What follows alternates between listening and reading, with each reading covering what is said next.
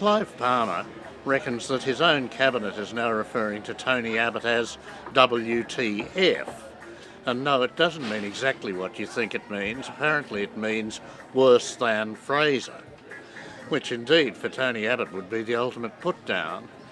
But for mere mortals, probably the traditional meaning of WTF is closer to the truth, because whatever else you can say about the Abbott government, it never fails to surprise, shock, horrify, and all those other adverbs about what the terrible things it does to you.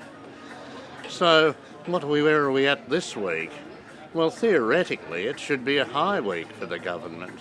They've announced various new inquiries. They've got Abbott himself has been off on trade missions, important trade missions to Japan, South Korea, are about to go to China. This should be an up week. But of course it hasn't.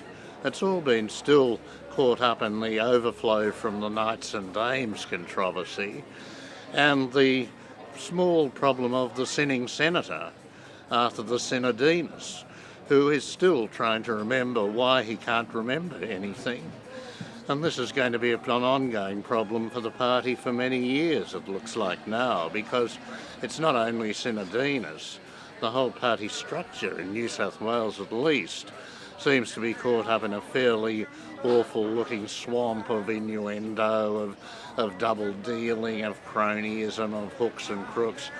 So, not a good week for the government after all. And that seems to encompass the whole problem, that Abbott is just not controlling what's going on. Well, when he brings up a diversion, like the Knights and Dames, instead of being a diversion, it turns into the main game.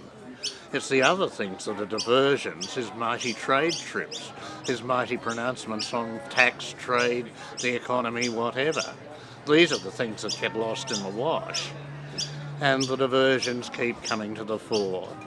And there's no sign that they'll stop, because Abbott still has that oppositionist approach to government. He's still interested in scoring points.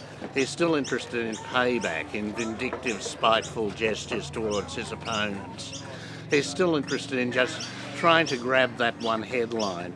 And above all, he's interested in having his own way, not consulting his colleagues or anybody else for that matter, just producing the thought bubble, laying it on the line, and then saying, right, I have spoken, that is irrevocable. And it will continue to get him into trouble. So there we are.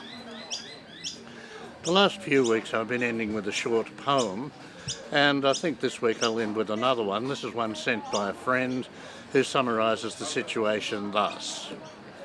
I love a sunburnt country, a land of knights and dames, of bigots, racists, xenophobes, and voters with no brains. On which cheerful note, I'll be signing off for the foreseeable future. I'm going into hospital next week for major surgery for throat cancer, which will leave me literally speechless, at least for a very long time. So, I've enjoyed this. I'll be back writing in a month or so, I hope. And the best of luck to all of you. And let me leave you with one thought. An old pseudo-Latin tag from my university days. Nil bastardio carborundum. Don't let the bastards grind you down. I'm Mungo.